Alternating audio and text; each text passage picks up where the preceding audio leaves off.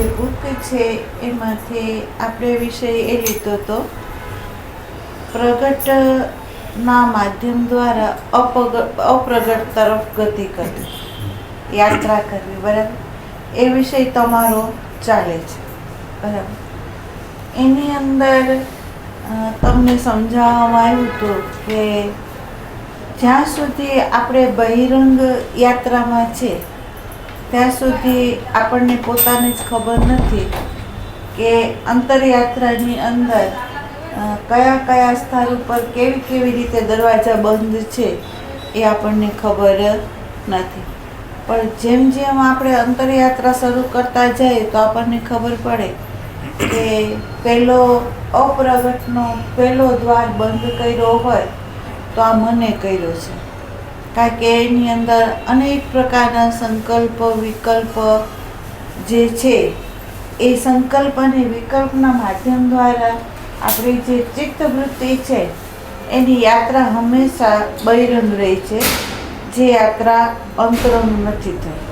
એટલે પહેલો દ્વાર જે બંધ છે તો એ આ મને બંધ કરી દીધો છે. બરાબર, પછી બીજો દ્વાર છે કે જેની અંદર આપણને ખબર પડે કે જે અનુભવમાંથી જે જ્ઞાત થયું છે પ્લસ આપણને સમાજના માધ્યમ દ્વારા જે સંસ્કારો મળ્યા છે, ધર્મના માધ્યમ દ્વારા આપણને જે સંસ્કારો મળ્યા છે, એના અનેક પ્રકારના જે વિચારોની ધારાઓ છે, અનેક પ્રકારની માન્યતાઓ છે, એ માન્યતાઓ લઈને આ બુદ્ધિએ બીજો દ્વાર બંધ કરી દીધો છે કે જે અપ્રગટ છે એ તરફ આપણી ગતિ નથી થવા દેતું. કારણ કે અનેક વિચારોની ઝાડની અંદર આપણી ચિત્તવૃત્તિ જે છે એ શુભ અશુભના સંઘર્ષની અંદર પોતાની ઉર્જાનો એ વ્યય કરી રહી છે. એ શાંત નથી થતી, સંઘર્ષ કરાવી રહી છે. અને એ આપણને ખ્યાલ આવે છે કે શ્રવણ કરવામાં, જોવામાં કે બધાની અંદર એ આપણને અવરોધક પરિબળ બની જાય છે. બરાબર, તો આ બધા જે દ્વારો છે એણે અપ્રગટના દ્વાર બંધ કરી દીધા છે. હવે એને આપણે ખોલવાના છે. કારણ કે આપણે ખોલી તો જ શકીએ કે આપણી જો અંતરયાત્રા થાય ને બહિરંગ જે યાત્રા છે એને આપણે બ્રેક મારીએ તો, અને બ્રેક તો જ લાગે કે આપણને સાચી સમજ પ્રગટ થાય તો જ આપણે એમાં બ્રેક લગાડી શકીએ, ને તો લાગી શકે નહીં. બરાબર, એટલે વર્તમાન શબ્દ જે છે આ બાજુ અપ્રગટ શબ્દ છે, એક બાજુ જ્ઞાન શબ્દ છે, એક બાજુ સત શબ્દ છે. એ બધાના સંકેત જે છે ને એ છું પ્રત્યે છે. અને છું શું છે એને આપણે જો જાણવું હોય તો આપણે અહીંયા ઘણી વખત કહેવામાં આવ્યું છે કે જ્યારે કંઈ ના હોય ત્યારે એનું હોવાપણું હોય, કંઈક હોય તો પણ એનું હોવાપણું હોય, અને કંઈકનો બાદ થઈ જાય તોય એનું હોવાપણું હોય.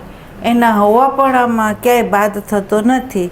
એ છે વર્તમાન, એ છે સત, એ છે જ્ઞાન, એ છે આનંદ, એ છે પ્રેમ. આ બધું એનું જ સ્વરૂપ છે, જે સ્વરૂપને શબ્દમાં આપણે વર્ણવી ન શકીએ પણ એ તરફ સંકેત થઈ શકે છે. બરાબર, એટલે ભાઈએ તમને અનેક પ્રશ્ન અનેક રીતે કર્યા, એની અંદર એના જવાબો આવી જતા હતા. છતાં આપણે આપણી બુદ્ધિની અંદર હું જાણું છું એ જાણ પ્રત્યે આપણે એવા ચોંટી ગયા હતા કે જેની અંદર એ સંકેત આપતું હતું છતાં આપણે સંકેત લઈ નહોતા શકતા. બરાબર, એટલે સંકેત તરફ આપણી દૃષ્ટિ ન ગઈ, પણ પ્રશ્ન અને પ્રશ્ન કરનારો જે છે એની ઉપર ઊભા રહીને આપણે અનેક જવાબો માહિતીમાંથી આપ્યા, પણ પ્રેક્ટિકલમાંથી એકેય જવાબ નથી નીકળ્યો. બરાબર, તો હવે તમને એક વખત સાધનના માધ્યમ દ્વારા સત છે, વ્યાપક છે, અખંડ છે, એની અંદર ખંડ નથી થયો. બધાની અંદર એ દ્રષ્ટાને સાક્ષી રૂપે એક જ વ્યાપીને રહ્યો છે. એ તમને પ્રેક્ટિકલ સાધનના માધ્યમ દ્વારા બતાવવામાં આવેલું. બરાબર? તો થોડાક ઊંડા ઉતરો, સ્થિર થાવ અને થોડો પ્રકાશ ફેંકો કે તમારી સામે જો આઈનો મૂક્યો હોય તો એ આઈનાની અંદર પ્રતિબિંબ પડે છે અને એ આઈનો તમારું આબેહૂબ સ્વરૂપને બતાવે છે.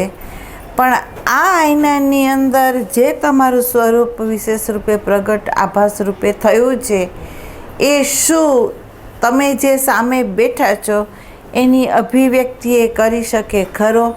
અથવા એના વિશે વર્ણન કરી શકે ખરો? પ્રશ્ન છે મારો, જવાબ આપો. હે? કેમ ન કરી શકે? પ્રતિબિંબ છે, જળ છે. ખ્યાલ આવ્યો? તો તમે વર્તમાનનો જવાબ આપતા હતા તો તમે ક્યાં ઊભા હતા?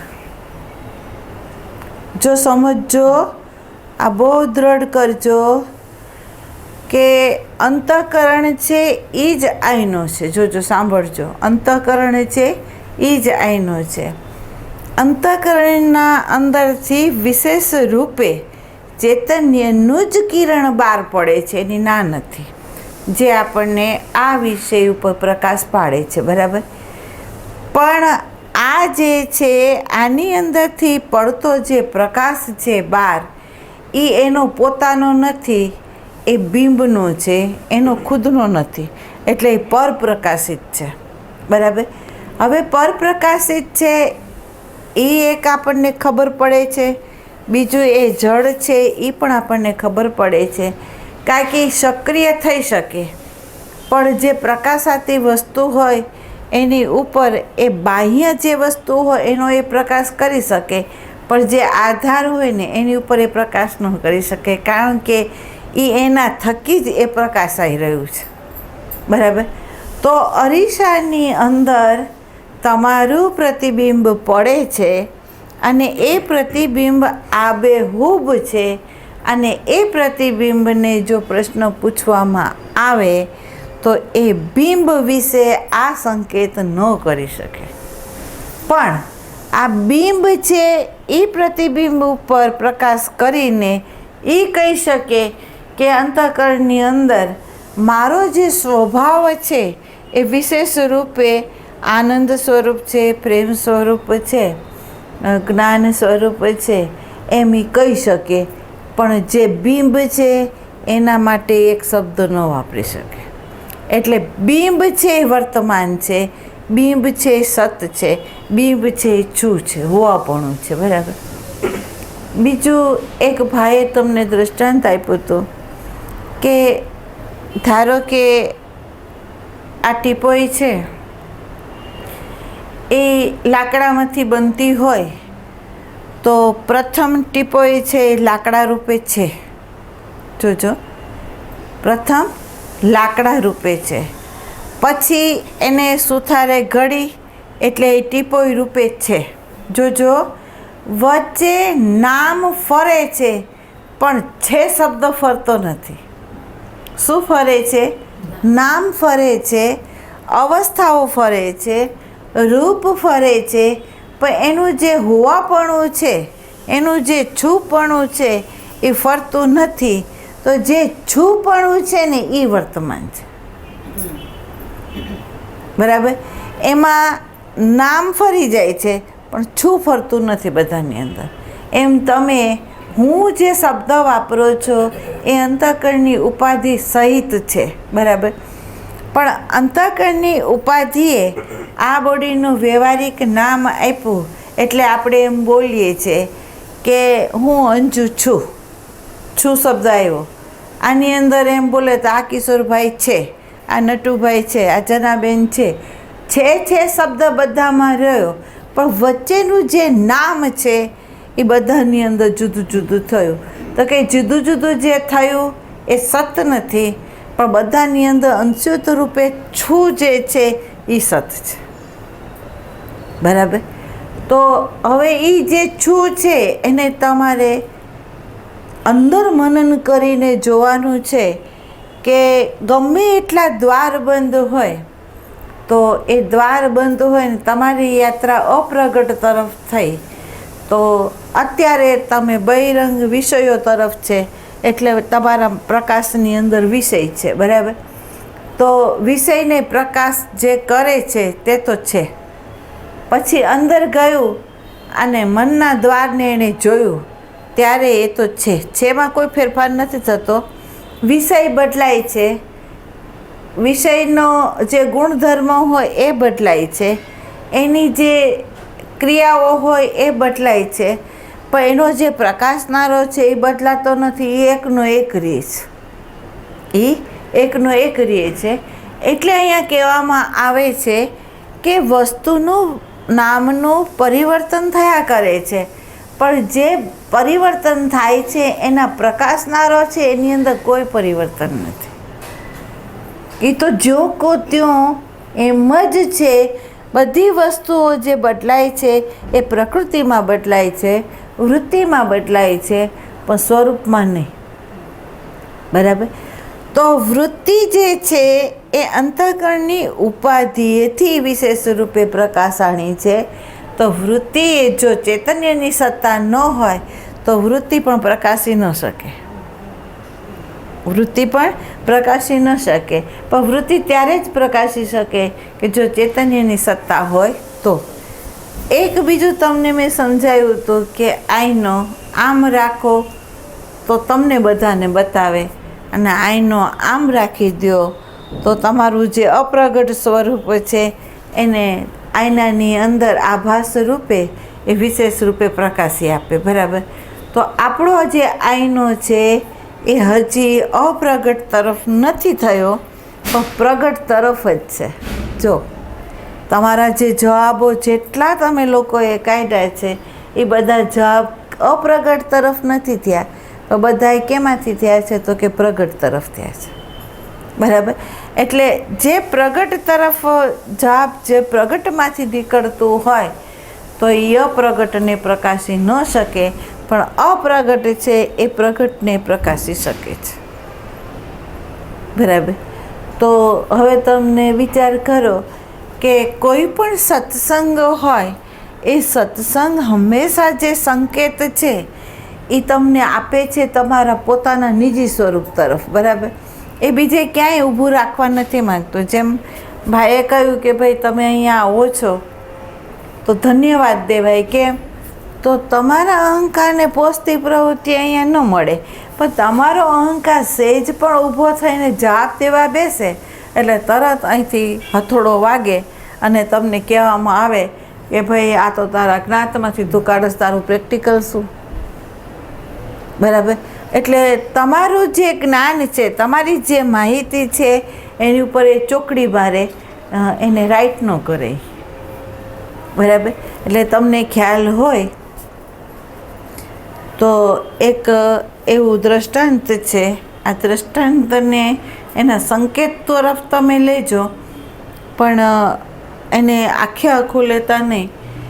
એમ કે એક સંત હતા, એ સંત એની ગુફાની અંદર બાયણું બંધ કરીને એ ઘણા લાંબા સમયથી એમાં એ જીવતા હતા અને પોતાની સાધનામાં હતા. એટલે કોઈ વ્યક્તિ આવે, દરવાજો ખખડાવે એટલે અંદરથી એ પૂછે કોણ છો એમ પૂછે. એટલે કોઈક એમ કે હું આ છું, હું આ છું, આ છું. એટલે જવાબ ના આપે ને દરવાજો ખોલે નહીં. એટલે બધાએ એમ કહ્યું કે અંદરથી એમ પૂછવામાં આવે છે કે કોણ છો, અને જવાબ આપીએ છે તો પછી એ સામે પ્રત્યુત્તરે નથી આપતા અને દરવાજો ખોલતા એ નથી. એટલે સંતને કેવા સમજવા, એના દર્શન કેવી રીતે આપણે કરવા. એમાં એક એવી વ્યક્તિ હતી કે જેણે પોતાના જીવનની અંદર પોતાનો આત્માનો સાક્ષાત્કાર કરી લીધેલો અને પોતે એમાં દ્રઢ હતો, આરૂઢ હતો, અને એને ખબર પડી કે અહીંયા એક સંત બિરાજે છે, પણ કોઈ ખખડાવે અને જવાબ આપે તો દરવાજો ખોલતા નથી. એટલે આ ગયા કે મારે એવા સંતના દર્શન કરવા છે. એટલે એણે દરવાજો ખખડાયો. દરવાજો ખખડાયો તો અંદરથી પૂછવામાં આવ્યું, કોણ છે એમ? એટલે થોડી વાર એ મૌન રહ્યા. પાછો ખખડાયો, પાછું પૂછવામાં આવ્યું કે કોણ છે બહાર એમ? એટલે એને કીધું, જે અંદર છે ને એ જ બહાર છે. એને જવાબ શું આપ્યો? જે અંદર છે એ જ બહાર છે એમ. અને એ સંતે દરવાજો ખોલી દીધો. બરાબર. તો એનો જવાબ તમે શું આપો એમ? કોઈ પૂછે તમે કોણ છો, તો તમે જે જવાબ આપો એ તમે નથી. તમે નામ આપો, તમે ગુણધર્મ આપો, તો એ તમે નથી. તો જે નથી એના માટે દરવાજો ખુલે નહીં, જે છે એના માટે દરવાજો ખુલ્લો છે. બરાબર. તો આ થયો સંકેત. સંકેતના જવાબની અંદર એણે કઈ રીતે જવાબ આપ્યો? તો આ રીતે એણે જવાબ આપ્યો. બરાબર. તો આપણે જવાબ શેમાંથી દેવા તત્પર થઈ ગયા? આપણી માહિતીમાંથી. જે વસ્તુને આપણે સ્પર્શ નથી કરી એના વિશે આપણે બોલી ન શકીએ. અને બીજું એક છે કે જો તમે બોલવા જાઓ અને સામો વ્યક્તિ જોરદારથી તમને એમ કહે કે તમે એને જાણ્યો છે, એટલે તમે હલબલી જાઓ અને તમે પછી ત્યારે તમે રણકા સાથે ન બોલી શકો. બરાબર. પણ રણકા સાથે બોલે કોણ? કે જેણે એને સ્પર્શ કર્યો છે એ બોલી શકે. બરાબર. તમને એ પણ ખ્યાલ હશે કે જ્યારે વશિષ્ઠ મહારાજે આખી યોગ વશિષ્ઠ રામાયણનું અધ્યયન કર્યું, રામચંદ્રજીને બોધ આપ્યો, રામચંદ્રજીને પ્રશ્ન થયો. પ્રશ્ન શું થયો? જે એમ કે છે तीनों कालમાં જગત કી ઉત્પત્તિ હુઈ નહીં. બરાબર. સત તું જ છે રામ, બીજું કોઈ છે જ નહીં. એ જે બોધ આપે છે તો એને જ મારે પ્રશ્ન કરવો છે. તો આ બોલે છે કોણ છે? જો રામ ક્યાં ઊભા રહ્યા? તો એણે વશિષ્ઠ મહારાજને કહ્યું કે ગુરુદેવ, મારો એક પ્રશ્ન છે. શું? આ વ્યાસપીઠ ઉપર બેસીને આ જે બોધ આપી રહ્યો છે કોણ છે? અને વશિષ્ઠ મહારાજ મૌન થઈ ગયા, જવાબ નહીં આપ્યો. રામચંદ્રજીએ એને પાછું કીધું અને એણે એમ કહ્યું કે સંકેત મળે એ રીતે અધ્યારોપ કરીને પણ જવાબ આપો. અધ્યારોપ કરીને પણ જવાબ આપો. ત્યારે વશિષ્ઠ મહારાજે જવાબ આપ્યો કે બોલનારે એ જ છે, સાંભળનારે એ જ છે. અહીંયા બીજો કોઈ છે જ નહીં રામ. તારા સ્વરૂપ જે છે એ સ્વરૂપ સિવાય અહીંયા કોઈ બીજો છે જ નહીં. અને રામને એમાંથી સંકેત મળી ગયો. અને સંકેતમાં એ તમને ખબર હોય તો તમને અહીંયા કહેવામાં આવે છે કે જેમ એક અંતઃકરણ પાત્ર છે, એ પાત્રની અંદર અંધકાર છે, અને એક અંતઃકરણ છે જેની અંદર ચૈતન્ય દેવનો પ્રકાશ છે, અને એક અંતઃકરણના પ્રકાશમાંથી બીજા અંતઃકરણની અંદર અંધારું દૂર કરવામાં આવે છે. પણ આ બે જે વ્યવહાર ચાલે છે એ અંતઃકરણના આધારે ચાલે છે. પરાયની પ્રવાહિત જ્ઞાન ગંગા છે, પણ શ્રોતા અને વક્તા છે એ અહીંયા નિષ્ક્રિય છે અને બંને એક જ છે. બરાબર. આ વસ્તુનો જેને બોધ થઈ ગયો હોય ને એ આ સંકેતને સમજી જાય અને એને ખબર પડે કે આદાન પ્રદાન જે થાય છે એ કયા માધ્યમ દ્વારા કેવી રીતે થાય છે. તો અહીંયા એક માધ્યમ બતાવવામાં આવ્યું કે એક અંતઃકરણની અંદર એ પરાનું જ્ઞાન ઉતરે છે અને બીજા અંતઃકરણની અંદર એ શબ્દના માધ્યમ દ્વારા એ જ્ઞાન ગંગા અંદર જાય છે અને સામાન્ય અંતઃકરણની અંદર અંધકારને દૂર કરીને એના સ્વરૂપનો બોધ કરાવી દે છે. આ પાત્રમાંથી આ પાત્રમાં ઠલવાય છે, પણ અહીંયા ઠલવનારો ઊભો નથી. અને અહીંયા જો ગ્રહણ કરનારો જો ઊભો હોય તો એ સત્સંગ વિહોણી થઈ જાય. અને જો અહીંયા ગ્રહણ કરનારો પણ હટી ગયો હોય અને ખાલી આમને સામને પાત્ર જો આવી ગયા હોય તો સાચા અર્થની અંદર એ ધારણ કરી શકે. બરાબર. તો વર્તમાનનો જે સંકેત 3 દિવસ માટે આપવામાં આવ્યો તો સાબિત થાય છે કે આપણું જે અંતઃકરણ છે એનો ધારણ કરનારો સત્સંગનો અહંકાર ઊભો હતો, અને જો એ અહંકાર ન હોત તો એના સત્સંગના માધ્યમ દ્વારા જ જવાબ પ્રગટ થતા હતા, પણ એ જવાબને આપણે પ્રકાશી ન શક્યા. બરાબર. એટલે એમ કહે છે કે શ્રવણ એવી રીતે કરો કે તમે કંઈ જ જાણતા નથી, તમને ખબર જ નથી, અને તમે એને જો ધારણ કરો તો તમને એ ક્યાં સંકેત આપવા માગે છે એ તમને સમજાશે. એણે શું કહ્યું? મારી હારે હાર હાલો. એમ મારી હારે હાર હાલવાની વાત છે તો એમ કહે છે કે અહીંયા શબ્દ સરે છે અને તમે એ જ શબ્દની સાથે સાથે હાલો છો, બીજો શબ્દ નહીં. અંદરથી જ્ઞાતમાંથી કોઈ શબ્દ બુદ્ધિ કાઢતો નથી, અને ધારો કે શબ્દ આવ્યો તો એના વિશે અભિપ્રાય આપનારોય અંદર નથી, તો એ સીધું પાણી પી શકે, નહીં તો ન પી શકે. બરાબર. તો આપણે કહ્યું હતું કે પ્રગટ જે છે એ અપ્રગટ તરફ જે સંકેત થાય છે એ તરફ આ બધા જે પરિબળો છે પ્રગટના એ દરવાજા બંધ કરી દે છે, અને એ બંધ કરીને પેલી જે વસ્તુ આવે છે એને એ આવવા દેતો નથી. બરાબર. તો હવે તમારે ધ્યાન દેવાનું કે કોઈ પણ વ્યક્તિ વર્તમાન વિશે પૂછે, સત વિશે પૂછે, તો તમને એ ખ્યાલ હોવું જોઈએ કે બીજ રૂપે પણ છે, અંકુર રૂપે છે, વૃક્ષ રૂપે છે, ડાળી પાંદડા રૂપે છે, ફળ રૂપે પણ એ છે, નીચે પડી જાય પાછા બી રૂપે પણ એ છે એમનું એમ રહે છે. પણ જે પ્રકૃતિનો જે વિષય છે એની અંદર નામ અને રૂપ ફરે છે, પણ છું ફરતો નથી. બરાબર. તો આ આપણને ધ્યાન રહેવું જોઈએ. એ અધિષ્ઠાન ઉપર આપણી નજર રહેવી જોઈએ. અધિષ્ઠાનની અંદર આપણી સુરતા સ્થિર થવી જોઈએ. જો એની અંદર આપણી સુરતા સ્થિર ન થાય તો બધા પ્રશ્ન ક્યાં ઉઠે છે ને એની જ આપણને ખબર ન પડે. પ્રશ્ન ઉઠે છે અહંકારના કેન્દ્રમાં, અને જવાબે આપીએ છીએ અહંકારના કેન્દ્રમાંથી, પણ ખરેખર પ્રશ્ન છે એ મૂંઝારામાંથી ઉઠવો જોઈએ.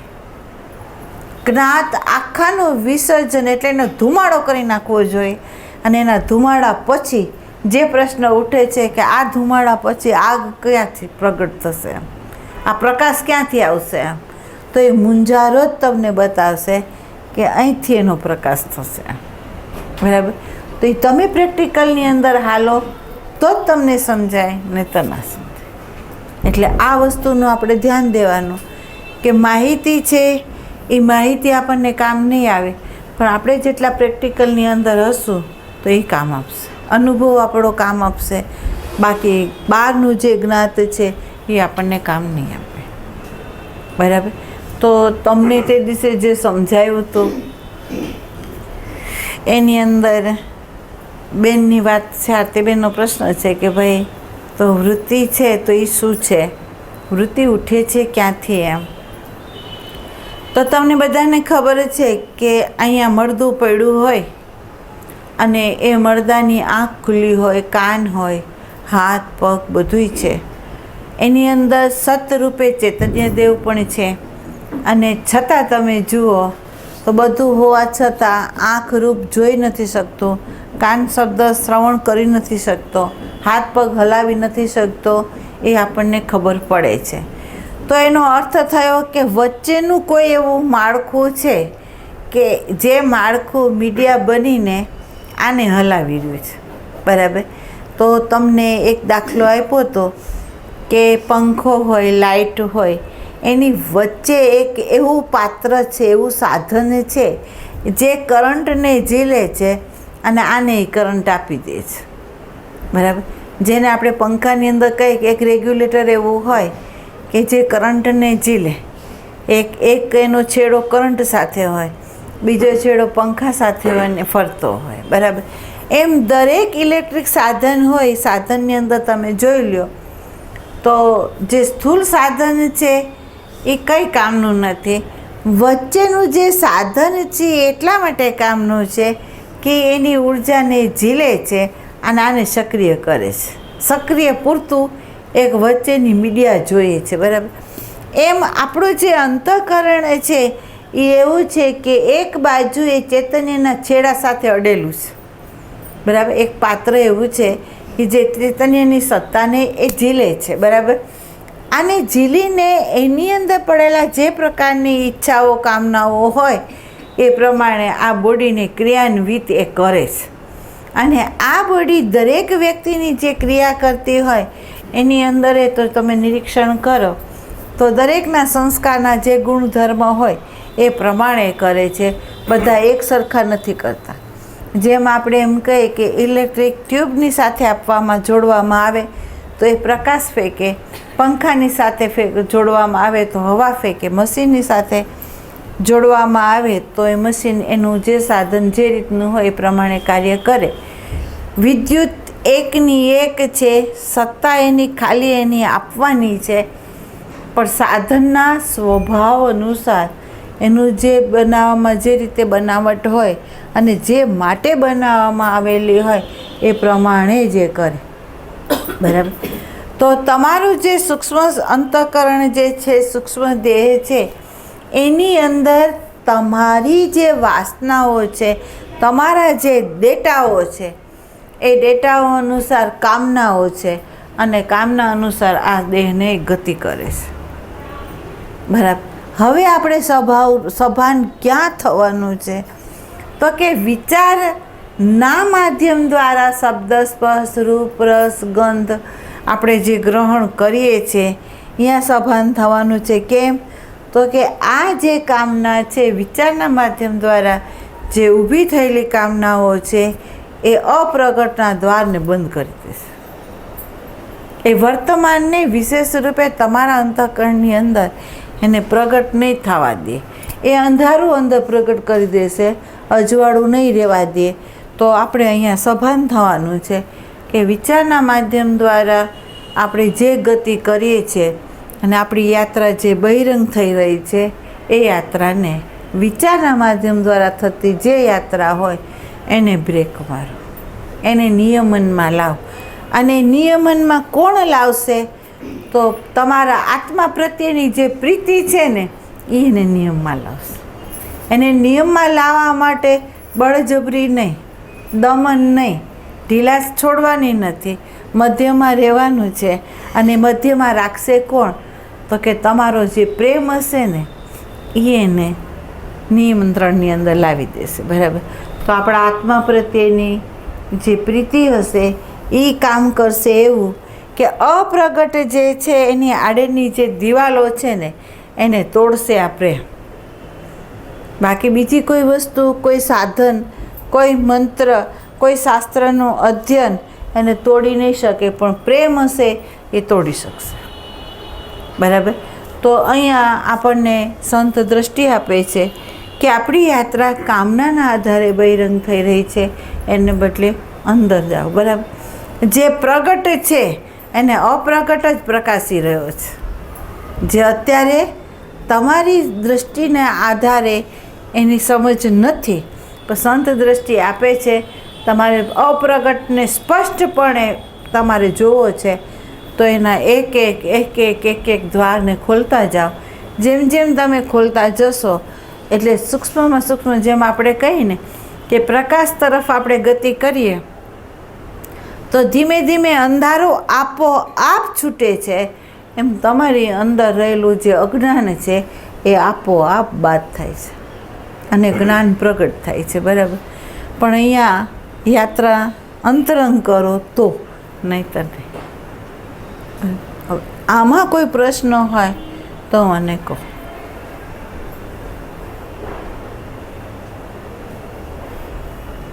એક સ્પષ્ટ સમજી લેવાનું કે આ અંતઃકરણ છે એ લાગે છે જીવંત. જોજો, અંતઃકરણ છે એ લાગે છે જીવંત, બરાબર.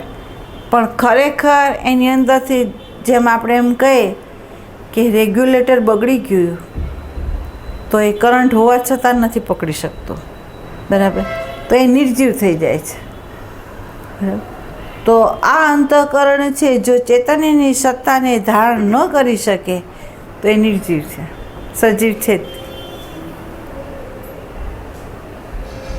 ધારો કે રોબોટ ચાલતો હોય એના ડેટા પ્રમાણે, એટલે કંઈ રોબોટને માનવ ન કહી શકીએ આપણે, તો આ રોબોટ છે આપણું મશીન, બરાબર. એનો ઉપયોગ આપણે કરવાનો છે, એની ના નથી. એ એટલું જ અમૂલ્ય છે, આ સાધન છે એટલું જ અમૂલ્ય છે. કેમ તો કે આ જ સાધનના માધ્યમ દ્વારા આપણી જન્મ જન્માંતરની જે કેસેટ છે એને આપણે કરી શકશું. જો આ સાધન બગડ્યું તો એને કોરી નહીં કરી શકીએ, એટલે એને જાળવવાનું છે, એની ના નથી, બરાબર. પણ આ વચ્ચેની જે માળખું છે અંતઃકરણ, એની ઉપર તમે સતત પ્રકાશ જો ન ફેંકો ને તો તમારા આન્સરમાં ગોટાળા થઈ જાય.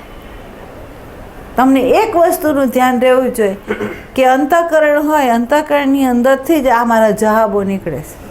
મારા સ્વયંમાં કોઈ પ્રશ્ન નથી, સ્વયંમાં કોઈ જવાબ નથી. જે પ્રશ્ન ઉઠે છે અને જે જવાબ દેવાય છે એ અંતઃકરણમાંથી દેવાય છે, તો એનો અર્થ એમ થયો કે વિશેષ રૂપે કિરણ નીકળે છે, એનો આધાર કોણ છે? આમ જો આધાર દ્રષ્ટા હોય, આધાર જો સાક્ષી હોય, તો એ અહંકાર વિશે વર્ણન કરશે. શેના વિશે વર્ણન કરશે? અહંકાર વિશે. જે પ્રગટ છે એના વિશે પ્રકાશશે, પણ અપ્રગટ વિશે બોલશે નહીં. અપ્રગટ જે છે ને એના માટે શબ્દ આપશે નહીં. શબ્દ આપ્યો એટલે તમે ગલત છો એ સિદ્ધ થઈ ગયું, બરાબર. તો એ દ્રઢ થવું જોઈએ તમને. અંતઃકરણ હોય, અંતઃકરણ ચાહે વિક્ષિપ્ત હોય, અંતઃકરણ નિર્વિકલ્પ સ્થિતિમાં હોય, અંતઃકરણ અહંકારથી મુક્ત થઈ ગયેલું હોય, અંતઃકરણની અંદર વિશેષ રૂપે આનંદ, પ્રેમ, શાંતિ, જ્ઞાન પ્રગટ પણ થઈ ગયું હોય, પણ છતાંય એ ઉપાધિ છે, નિરુપાધિ નથી. ઉપાધિ જ છે, બરાબર. અને તમે જે કંઈ વર્ણન કરવા જશો ને એ આભાસનું હશે, બિંબનું નહીં હોય. તો હવે જવાબ તમારા ક્યાં ગણવા? શેમાંથી કેવા આ જવાબ? ધારો કે તમને એમ લાગતું હતું કે ભાઈ બધા જવાબને રિજેક્ટ કરે છે, અમને ગૂંચવી મારે છે. હકીકતમાં એમ નથી. હકીકતમાં સત્ય છે, એ ગૂંચવતો નથી, પણ સ્પષ્ટ પ્રકાશ ફેંકે છે કે માહિતીમાંથી જેટલું તમે કાઢશો એના ગૂંચવાડા અનેક ઊભા થઈ જશે, પણ પ્રેક્ટિકલમાંથી તમે જે કાઢશો ને અહીંયા ગૂંચવાડો નહીં હોય, બરાબર. તો આપણે જે એકાર્ટ ટોલેનું વાંચીએ છીએ એની અંદર ગૂંચવાડો ક્યાં ક્યાં રહેલો છે એના વિશે વર્ણન છે. સ્વરૂપનું વર્ણન ક્યાંય નથી. સ્વરૂપનું સંકેત છે, એની ના નથી. સ્વરૂપનું સંકેત છે, પણ તમે જુઓ તો ગૂંચવાડો ક્યાં છે અને કેમાં સંઘર્ષ છે, પીડાઓ ક્યાં રહેલી છે, એનો એ પ્રકાશ ફેંકે છે, બરાબર. તો અત્યાર સુધી આપણે જ્યાં વાંચ્યું, સાંભળ્યું, એની અંદર આપણે ક્યાં ઊભું રહેવું જોઈએ? તો કે દ્રષ્ટા અને સાક્ષીમાં, અને આપણે ઊભા રહ્યા અંતઃકરણના આભાસમાં,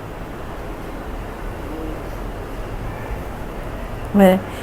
જવાબ આપવા તત્પર નહીં થાવ, થોડા સ્ટોપ થાવ, પછી એ જે બોલે છે, પ્રશ્ન જે કાઢે છે એ ક્યાંથી કાઢે છે? એ પ્રશ્ન એણે પ્રશ્ન આપણને આપ્યો, પણ એ પ્રશ્ન એણે ક્યાંથી કાઢ્યો છે અને આપણે જવાબ શેમાંથી આપવા માંગીએ છીએ?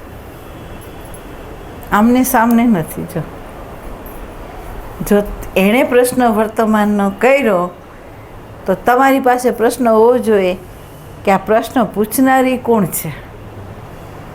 આ પ્રશ્ન છે એનો પૂછનારો કોણ છે? તમે કહી શકતા હતા એને.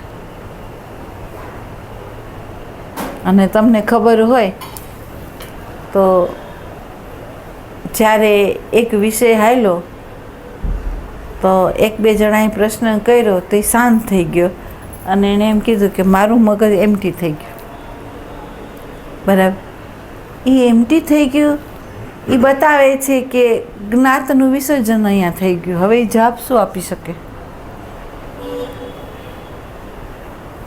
બરાબર.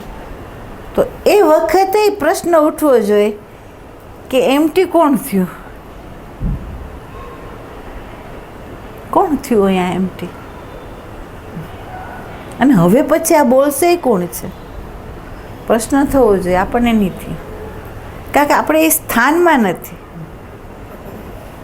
એ સ્થાનની જોડે એની જોડે જોડે હાલ્યા હોત તો આપણને ખબર પડતે કે વાર્તાલાપ થતાં થતાં થતાં એક જગ્યા એવી આવી જેમાં જ્ઞાત ખલાસ થઈ ગયું. હવે શબ્દ નથી. હવે જ્યાં શબ્દ નથી ત્યાં છું ઊભો છે. ત્યાં છું ઊભો છે. જ્યાં અનુભવ નથી, જો અનુભવ નથી પણ છતાં એનું હોવાપણું છે એ સિદ્ધ કરે છે. પણ એ આપણને ખબર ક્યારે પડે? આપણે પ્રેક્ટિકલમાં આપણા જીવનમાં આ વસ્તુને ઉતારી હોય તો આપણે આ વસ્તુને પકડી શકીએ. અને જો તમે ભલે ત્યાં નથી ગયા છતાં પ્રશ્ન સામે ને સામે રહેવા જોઈએ. ધારો કે એણે પ્રશ્ન કર્યો છે, એ જવાબ આપી રહ્યો છે, એની સામે તમે પ્રશ્ન ઉઠાડો કે આ ક્યાંથી આવે છે, આ ક્યાંથી આવે છે, તમને તમારો ઉત્તર મળી જતો એમાંથી. પણ આપણે એ નથી કરી શક્યા. કેમ? તો આપણે જવાબ દેવામાં તત્પર હતા. આપણે શું હતું? અમે જાણીએ છીએ એ હું જાણું છું એણે શું કર્યું તો એની જાણપણું પ્રગટ કર્યું. એનું જ્ઞાતમાંથી એને પ્રગટ કર્યા જ કર્યું. ઓલી વ્યક્તિએ રિજેક્ટ કર્યા જ કર્યું. એને નહીં સ્વીકાર્યું. એટલે હંમેશા સત્સંગ લેવાતો હોય તો સંતો આપણી કસોટી કરે અને એ કસોટીમાંથી એવી જ વ્યક્તિ પાર ઉતરી શકે કે પોતે કંઈ જ જાણતો નથી એમ કરીને જો ઊભો રહી જાય તો એ કરી શકે કામ. એને પ્રશ્ન રિયાલિટી. ધારો કે એક વ્યક્તિએ આરતીએ પ્રશ્ન પૂછ્યો કે તો પછી આ જે ઈચ્છા કરે છે કોણ છે? એ પ્રશ્ન જે પૂછ્યો કે આ જે ઈચ્છા કરે છે એ કોણ છે? આમ તો એની આગળ માહિતી નથી. એને આ સત્સંગની જ્ઞાન લીધું નથી એટલે એનો પ્રશ્ન રિયલ ઉઠી ગયો કે ભાઈ તો પછી આ બધું જો ના પાડવામાં આવે છે તો પછી આ શું છે? આ ઈચ્છા કરે છે કોણ છે?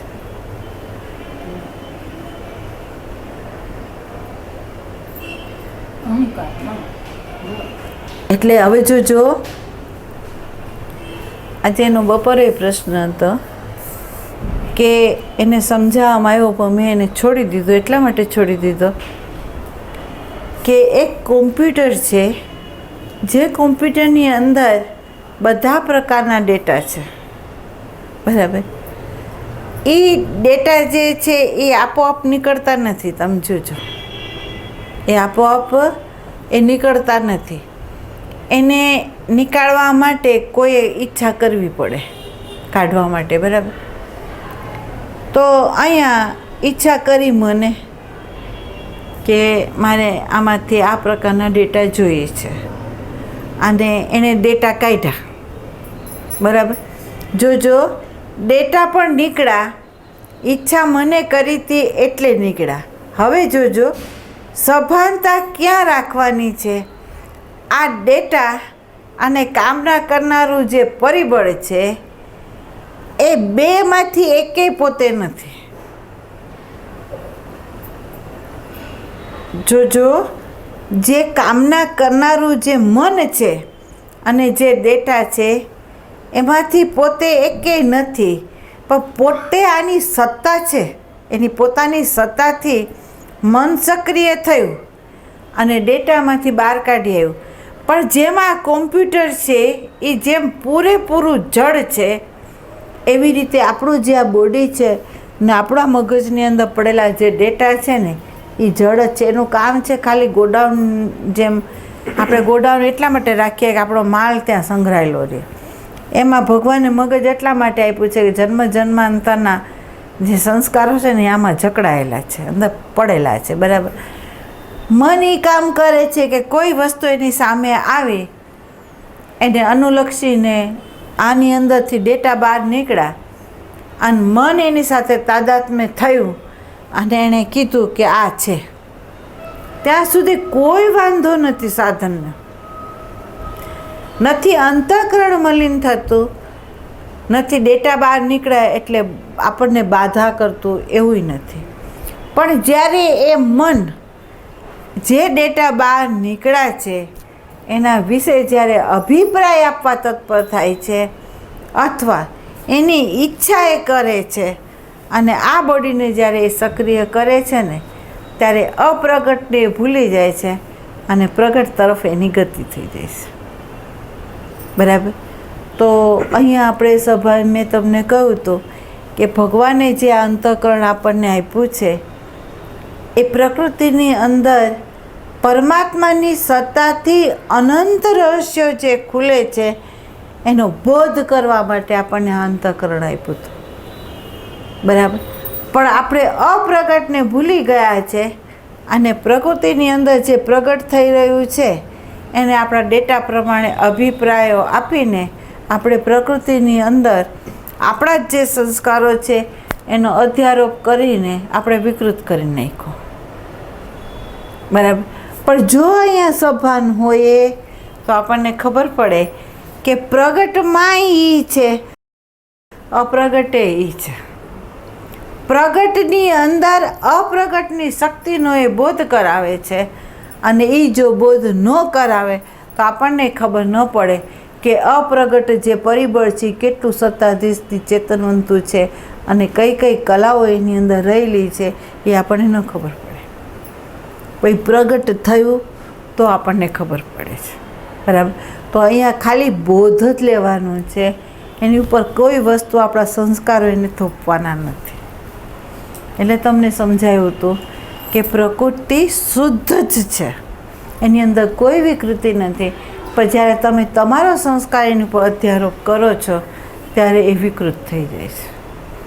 એટલે દરેક વ્યક્તિ છે એની અંદર ચૈતન્ય દેવ છે, એની અંદર પડેલા જે પ્રકારના સંસ્કારો હોય એને પ્રગટ કરીને બહાર વ્યવહારમાં એ લાવી દે છે. આપણે ખાલી એનું બોધ જ કરવાનું છે કે આની પ્રકૃતિ કઈ પ્રકારની છે. બરાબર. ચૈતન્યની સત્તાથી એ પ્રગટ થઈ. અહીંયા ચૈતન્યની સત્તાથી એનો બોધ કરવાનો છે. એટલે પ્રગટ અને અપ્રગટનો બોધ કરાવે આપણું આ અંતઃકરણ, જો તમે એમાં સભાન હોવ તો. અને જો તમે તાદાત્મ્ય થઈ જાઓ તો તમે સંસ્કાર સાથે તાદાત્મ્ય થયા છો એટલે વ્યવહારની અંદર ઉતરી જાઓ છો અને અપ્રગટ જે છે એનો બોધનો અભાવ રહી જાય છે આપણે. બરાબર. અહીંયા સભાન થવાનું આપણને એ કહે છે. બરાબર. એટલે અહીંયા કહે છે કે વર્તમાન છે એની ઉપર સ્થિર થાવ. એટલે વર્તમાન એટલે આ પલમાં જ નહીં, આ પછીની બધી પલમાં એ તો છે ને છે. એનું હોવાપણું ન હોય તો બીજા કોઈનું હોવાપણું. બરાબર. એનું હોવાપણું ભૂતકાળમાંય છે, એનું હોવાપણું ભવિષ્યમાંય છે, એનું હોવાપણું અત્યારે છે. એટલે હોવાપણું એ વર્તમાન છે. વર્તમાન શબ્દ નહીં પકડો, વર્તમાન શું કહેવા માગે છે પકડો.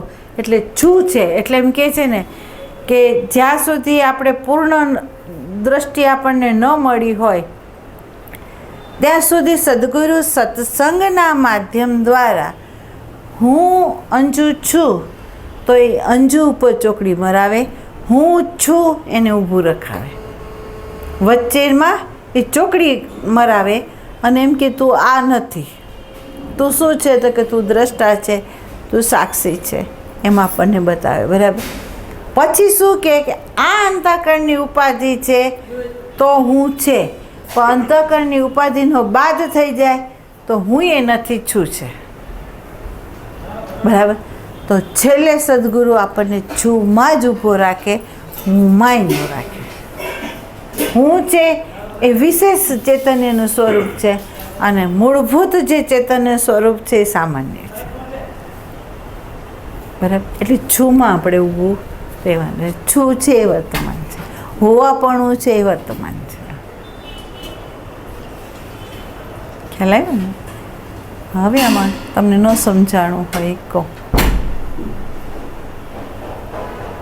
માણસ મરી જાય છે ત્યારે મન બુદ્ધિ ચિત્ત ઓમકારનું બનેલું જે સૂક્ષ્મ દેહ છે એ સૂક્ષ્મ દેહ જાય એટલે જ અંતઃકરણનો ત્યાં અભાવ થયો ને. મન બુદ્ધિ ચિત્ત ઓમકારનું બનેલું આ સૂક્ષ્મ દેહ, એ મન બુદ્ધિ ચિત્ત એના વાસના અનુસાર એ અહીંયાથી ભ્રમણ કરે છે એટલે અહીંયા અંતઃકરણનો અભાવ થયો. હા, અભાવ થયો એટલે જે પેલું પ્રતિબિંબ પડતું હતું તે નથી પડતું. એટલે બોડી નિષ્ક્રિય છે બોડી નિષ્ક્રિય પણ છે, ચૈતન્ય દેવ તો છે જ. સામાન્ય તો છે પણ છે જે જ. ઝીલનાર હતું એ નથી રહેતું, એ નથી રહેતું, એ નથી. એટલે આ બધું કામ કરતું બંધ. બંધ થઈ ગયું. તો હવે સ્પષ્ટ કરો. હવે સ્પષ્ટ કરજો કે ધારો કે કોઈનો સ્થૂળ દેહ અહીંયા પડી ગયો અને આપણે બાળી આવ્યા, બરાબર. તો એ ગયો કે એનું સૂક્ષ્મ બોડી ગયું? સૂક્ષ્મ બોડી ચૈતન્ય દેવ છે છે જ ને. આપણી આસપાસ અંદર બહાર એનું હોવાપણું તો છે જ. ગયું શું? ફક્ત સૂક્ષ્મ બોડી, બરાબર. હવે જોજો, આ જે સૂક્ષ્મ બોડી છે એ 84 લાખ યોનિઓ ફરી એ વનસ્પતિમાંથી, ઉદ્ભીજમાંથી, સ્વેદજમાંથી, અંડજમાંથી છેલ્લે માનવ શરીરની અંદર એ ફર્યું એ, બરાબર. અને અત્યારે આપણી સામે કોઈ એક રૂપની અંદર આપણી સામે આવી ગયું છે, બરાબર. હવે એ સૂક્ષ્મ દેહ છે, અત્યારે એણે આ વસ્ત્ર પહેર્યું છે અને આ વસ્ત્ર પહેરીને આપણી સાથે પ્રારબ્ધ અનુસાર એ વ્યવહાર કરી રહ્યો છે. અને જેવું પ્રારબ્ધ પૂરું થયું, લેતી દેતી પૂરી થઈ એટલે આ શરીર છોડીને પાછી એના કર્મ અનુસાર એ ગતિ કરશે, બરાબર. તો સંબંધ આપણે બાંધીએ છીએ કોની જોડે? જોજો, આપણું રુદન, આપણું સુખ, આપણું દુઃખ એ સ્થૂળ બોડી સાથે છે. જો છે ને, આપણે સ્થૂળને ચોંટી ગયા છે, આપણે સૂક્ષ્મમાંય ગતિ નથી કરી. અને જો સૂક્ષ્મ દેહની સાથે આપણે સંબંધ જોડ્યો હોય તો તમને ખ્યાલ આવે કે આપણું સૂક્ષ્મ દેહ પીડિત થાય છે, બરાબર. તો હવે અહીંયા પ્રકાશ ફેંકો કે આ સૂક્ષ્મ દેહ છે 84 લાખ યોનિઓ ફર્યો, એના અનેક મા બાપ, અનેક ભાઈ બહેન, અનેક પતિઓ, અનેક પત્નીઓ થઈ, એમાં આ સૂક્ષ્મ દેહ મારો કેટલો? જેમ આપણે કોકે આપણને 100 રૂપિયા આપ્યા, આપણા હાથમાં આપણે પકડ્યા, જ્યાં સુધી પકડ્યા છે ત્યાં સુધી એ મારા. પણ જ્યારે હું કોકને આપી દઉં તો એ મારા મટી ગયા, એના થઈ ગયા, બરાબર. એ નોટ જ્યાં જ્યાં ફરશે ત્યાં એની હશે અને જ્યાંથી છૂટી એની જતી રહી, બરાબર. આ સૂક્ષ્મ દેહ છે એ 84 લાખ યોનિઓ ફરીને આપણી સામે આવ્યો અને હવે એનું પ્રારબ્ધ પૂરું થયું ને આ દેહને છોડીને એ નવું વસ્ત્ર પહેરવા ગયું. તો હવે એ તમારો છે ખરો?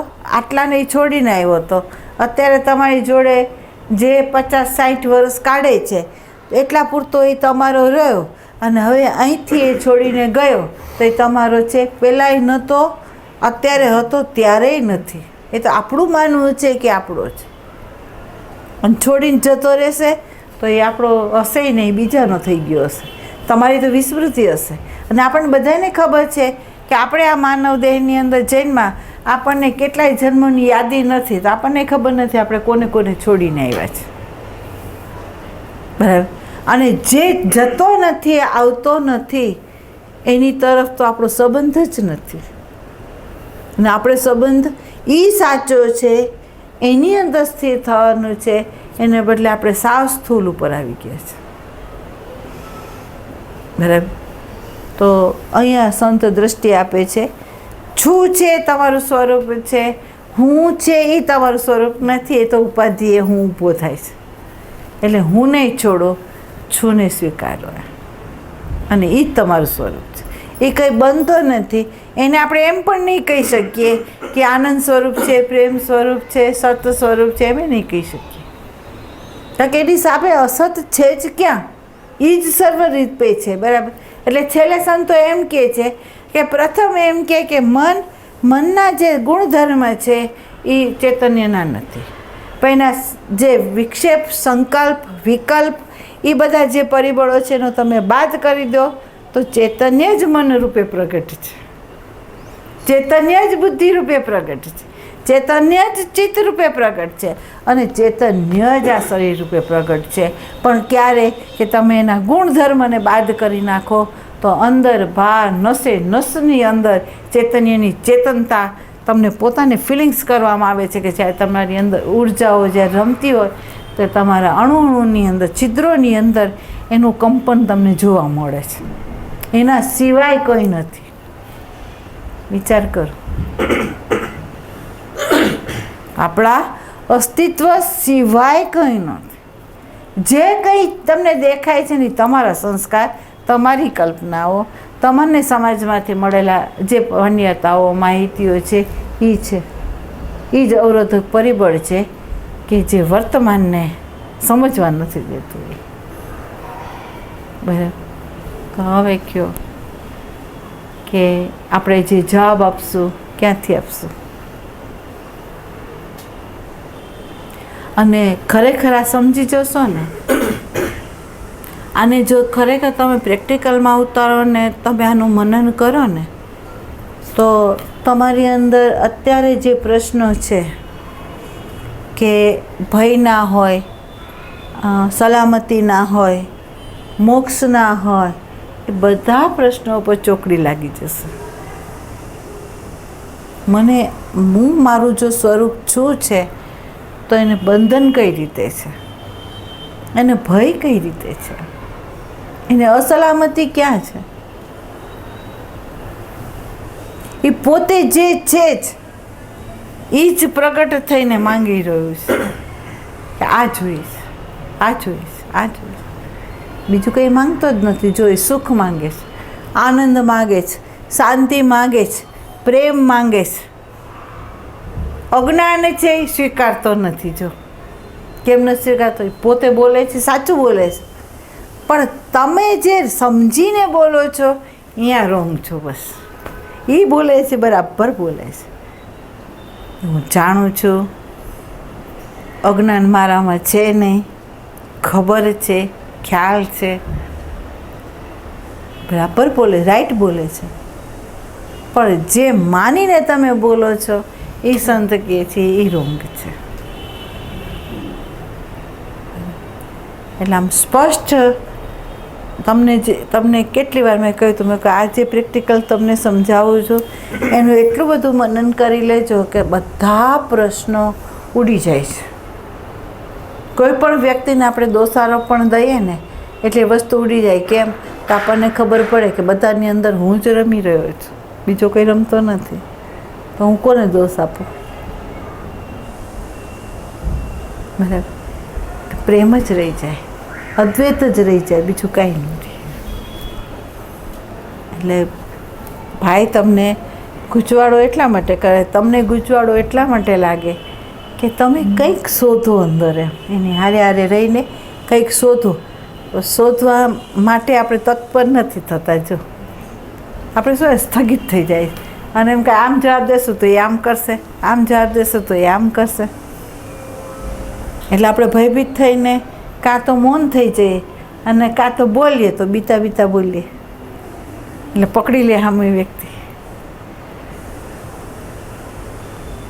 એટલે આમ સ્પષ્ટ ચિત્ર છે ને સ્પષ્ટ થઈ જવું જોઈએ તમારી અંદર, તો સમજાઈ જાય. આમાંય મનન કરજો. જો પ્રશ્ન હોય ને તો કહેજો. એક વસ્તુ ધ્યાન દઈ દેજો, જે વસ્તુ ન સમજાતી હોય ને આની અંદર, આ પુસ્તકની અંદર એ ન સમજાતી હોય ને અહીંયા પ્રશ્ન ઉઠાવો જ. ભલે આપણને ડલ સમજો તો ડલ જ છીએ આપણે, કારણ કે આપણે એવા સ્થાનમાં ઊભા છે અહીંયા વળી આપણી અંદર પ્રકાશ ક્યાંથી હોય? બરાબર. પણ એ પ્રશ્ન તમે પૂછે જાઓ ને તો તમારો ગૂંચવાડો એ નીકળી જાય ને તો આગળ રસ્તો થઈ જાય. એટલે ગૂંચવાડો રહેવો નહીં જોઈએ. બસ એટલું ધ્યાન દેવાનું.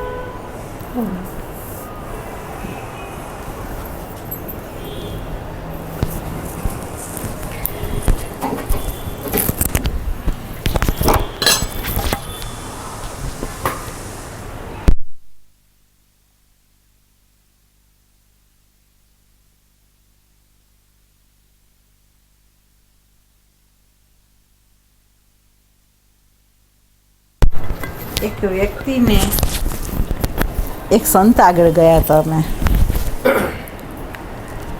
તો બધા સત્સંગીઓ એટલે એમાં આ વિનુભાઈ ને બધા હતા.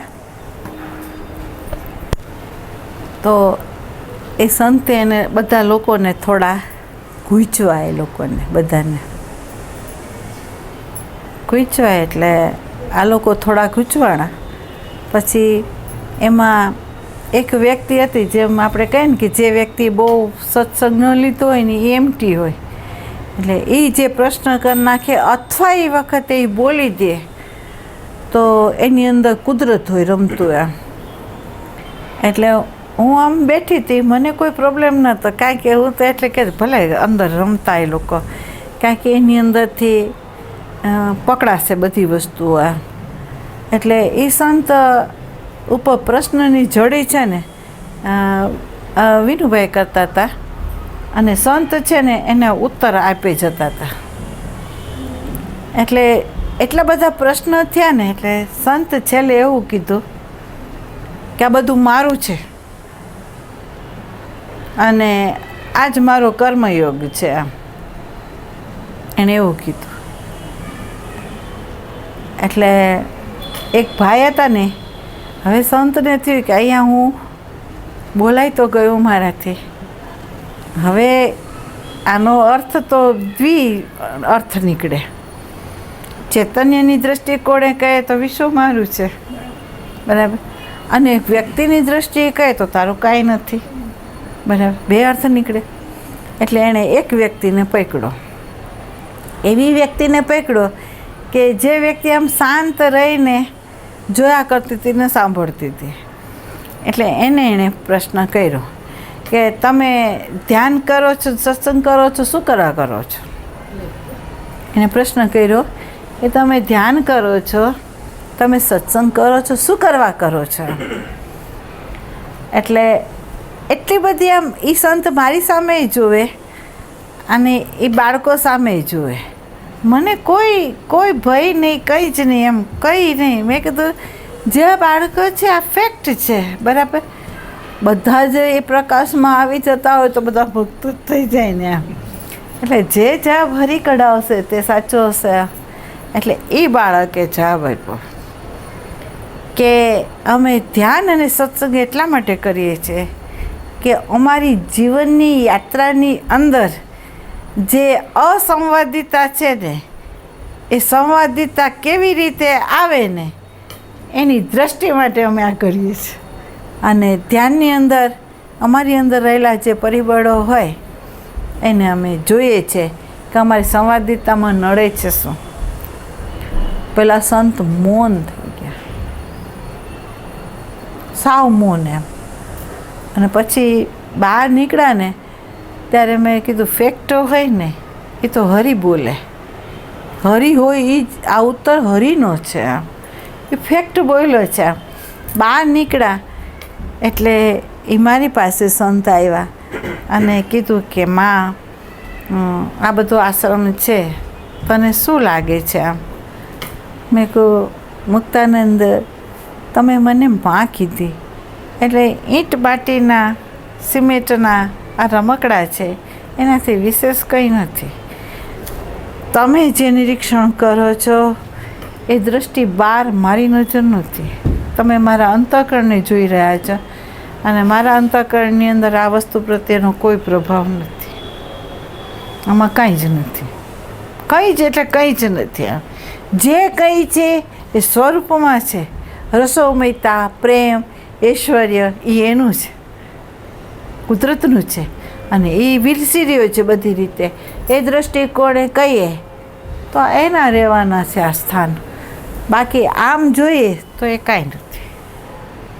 અને જ્યારે નીચે ઉતર્યા ને ત્યારે આ છોકરાઓને એવું બોલ્યા કે તમને બાપની જરૂર હતી પણ તમને માં મળી ગઈ. એટલા માટે કે માં કોઈ પણ જ્ઞાન આપશે ને તો એક બાજુ ઠપકોઈ આપશે અને બીજી બાજુ પ્રેમથી સવારીને એને બોધ આપી દેશે, જ્ઞાન પીરસાવી દેશે. બાપ હશે લાકડી લેશે અને ઝપેટી કાઢશે, પંપાડશે નહીં એમ. એટલે કે તમને માં મળી ગઈ ને એ તમે નસીબદાર થઈ ગયા છો અને મને માં નહીં મળી એમ બોલે. એટલે આપણને કહેવાનો ભાવ શું છે કે આ સ્થાન ઉપર જો પુરુષ શરીર હોય તો એ હંમેશા ગૂંચવાડામાં, બુદ્ધિના ગૂંચવાડામાં તમને નાખીને તમારા રહસ્યને ખોલી આપશે. બરાબર. માં હશે એ ગૂંચવાડો ઊભો નહીં કરે, ધીમે ધીમે ધીમે ધીમે તમને ત્યાં લઈ જાય અને માથે હાથ ફેરીને એમ કહે કે આ છે, આ છે, આ છે, આ છે, આ છે. બરાબર. સાધક કયા પ્રકારનો છે એ ખરેખર એને લાકડીની જરૂર છે કે પ્રેમની જરૂર છે એ સાધક ઉપર ડિપેન્ડ થાય છે. ઘણા બાળકો પ્રેમથી એને સમજાવવામાં આવે ને પ્રકાશ આપવામાં આવે તો એ પ્રમાદી ન થાય, એમાં સક્રિય થાય અને એમાં એ પારંગત નીવડે. ઘણા એવા બાળકો હોય કે એને આક્રોશ કરવામાં આવે, આક્રમણ કરવામાં આવે, થોડી લાકડી લેવામાં આવે, થોડા ગૂંચવવામાં આવે, એને મૂંઝાવી નાખે તો કોઈ બાળક પુરુષાર્થ કરે. બરાબર. તમે એવા નસીબદાર છે કે તમારી સામે 2 પરિબળ આવે છે. બરાબર. હવે 2 પરિબળમાં તમે કોનો ઉપયોગ કરો છો એ તમારી ઉપર ડિપેન્ડ થાય છે. જોવા જઈએ તો બંનેની જરૂર છે. જોવા જઈએ તો બંનેની જરૂર છે. બંનેની જરૂર છે, પણ ગતિ કોનાથી થાય છે? ધારો કે હું તમને કહી શકું કે આ શરીર છે એને ફટકો આપ્યો એટલે એ ચાલી. બરાબર. એટલે એને આમ ચેલેન્જ આપી તો એ ચેલેન્જથી એને એમ થયું કે ચેલેન્જ એ આપે છે એટલે કેવા શું માંગે છે તો હવે એને કરીને જ બતાવું એમ. તો એ ચેલેન્જથી ચાલી. બરાબર. તો ઘણા એવા હોય કે ધારો કે ભાઈજી છે એને જો ચેલેન્જ આપી હોય તો એ ન ચાલત. એ સનને કહી દે તું તારા સ્થાન ઉપર રહે, હું મારા સ્થાન ઉપર રહું એમ કહે. પણ એને પ્રેમથી સવાર્યા છે તો એમ જ વધારે ગતિ આપીશ. એટલે પાત્ર કઈ રીતે છે એ ઉપર ડિપેન્ડ થાય છે. એટલે તમારી સામે તો 2 વસ્તુ આવે છે. 2-3 મહિને એક ફટકા આપવાવાળો આવે ને તમારું બધું ધોઈ નાખે. બરાબર. અને ધોઈને તમને કહી દે કે તમે કંઈ નથી. બરાબર. એક વ્યક્તિ કે તમે બધું જ છો એમ કહીને તમને આગળ હલાવે, હાલો હાલાવો બટ હવે બહુ નથી, થોડું જ છે, ચાલો એમ કરીને લઈ જાય છે. બરાબર. 2 છે તમારી પાસે. તમને જે માફક આવે ને તેને પકડી લો ને હાલો આગળ. બસ યાત્રા અંતરયાત્રા થવા દો, બસ બીજું કંઈ નહીં.